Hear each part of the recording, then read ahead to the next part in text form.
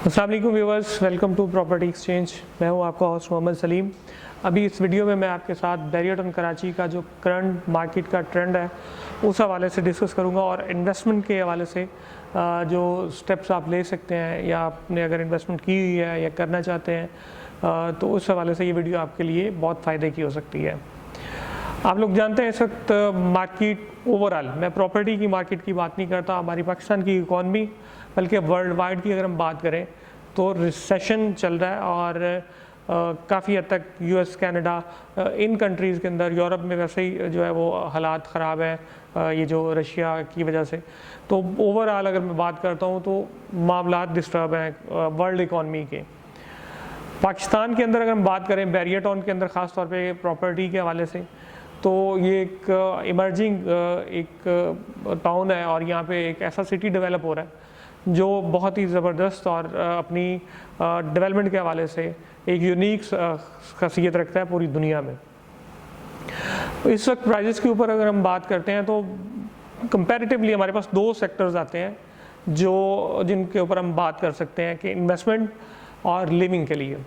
और रेट्स का क्या इम्पैक्ट है जहाँ पे आपको जो है वो जहाँ पे लोग रह रहे हैं या जहाँ पे आबादी है वहाँ, या जो गेट के नज़दीक एरिया है, और दूसरा जो थोड़ा सा फार अवे है स्पोर्ट सिटी, पैराडाइज या ये वाले एरियाज़ हैं या 125 गज ओल्ड बीटी का एरिया। देखें, दो मामलात या प्रॉपर्टी के हवाले से अगर हम बात करें तो दो किस्म के एरियाज़ में हमने इसको डिवीज़न दी है। गेट के नज़दीक डेफिनेटली अभी पॉपुलेशन बहुत ज़्यादा लोग रह रहे हैं और लोगों का यहाँ पे एक ऑलरेडी एंड यूज़र का यहाँ पे लोगों की कोशिश भी यही होती है कि गेट के नज़दीक हम रिहाइश इख्तियार करें। दूसरा जो एरिया फॉर अवे है स्पोर्ट सिटी या पैराडाइज का, वहाँ पे इन्वेस्टर है और इन्वेस्टर जहाँ पे आपने देखा कि इन्वेस्टर की वजह से काफ़ी ज़्यादा रेट्स ऊपर गया और जब मार्केट रिवर्सल पे आई, करेक्शन पे आई, तो रेट्स वहाँ पे कंपैरेटिवली ज़्यादा डाउनफॉल आया। हम एक ऐसी बात कहें कि उन एरियाज़ के अंदर और 125 गज के अंदर डाउनफॉल आया। लेकिन अगर हम बात करें प्रीसेंट 1, प्रीसेंट 2, प्रीसेंट 3, इसके बाद अगर हम बात करते हैं 4 और मिडवे कमर्शियल, या अगर हम बात करें इसके बाद प्रीसेंट 17, 18, ये जो एरिया है जहाँ पे लोगों का रुझान है, प्रीसेंट 4 की हम बात करते हैं, 6, 8 की बात करते हैं, करेक्शन हर जगह है। लेकिन कंपैरेटिवली रेट्स का जो डाउनफॉल है वो जो डिस्टेंस पे एरिया बनता है वहाँ पे जो है काफ़ी हद तक उससे काफ़ी हद तक कम है। मैं बात करूँ अगर प्रीसेंट 23 की, तो 23 के अंदर जो रेट है वो तकरीबन 45 लाख का रेट था। एटलीस्ट इस वक्त आपको तकरीबन 33, 32 के आसपास जो है वो 125 गज का प्लॉट मिल जाता है। और ये टाइम जो है मतलब अगर आप सोचें कि फॉर इन्वेस्टमेंट पर्पज़, तो मेरे हिसाब से आपको जनवरी फरवरी के अंदर, क्योंकि सियासी हालात जो है ये सेटलमेंट की तरफ जाने हैं, एट द एंड जो भी हो, कोई गवर्नमेंट आया जिस तरह से भी है, एक स्टेबिलिटी की तरफ जाना शुरू हो जाएंगी चीज़ें। और जब पॉलिटिकल स्टेबिलिटी होना शुरू हो जाएगी तो फिर उस टाइम पे चीज़ें बिल्कुल आपको ज़बरदस्त होना शुरू हो जाएंगी और रेट्स बढ़ना शुरू हो जाएंगे।